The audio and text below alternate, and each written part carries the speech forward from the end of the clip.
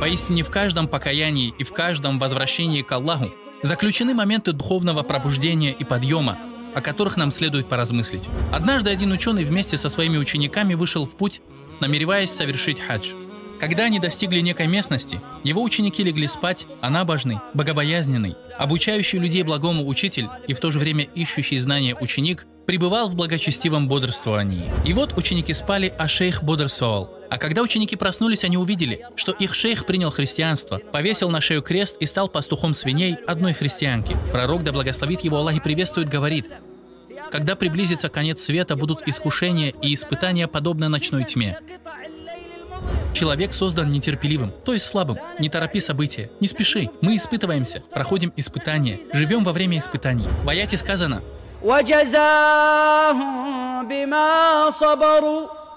جنة وحريرا متكئين فيها على الأرائك لا يرون فيها شمسا ولا زمهريرا ودانية عليهم ظلالها وذللت قطوفها تذليلا.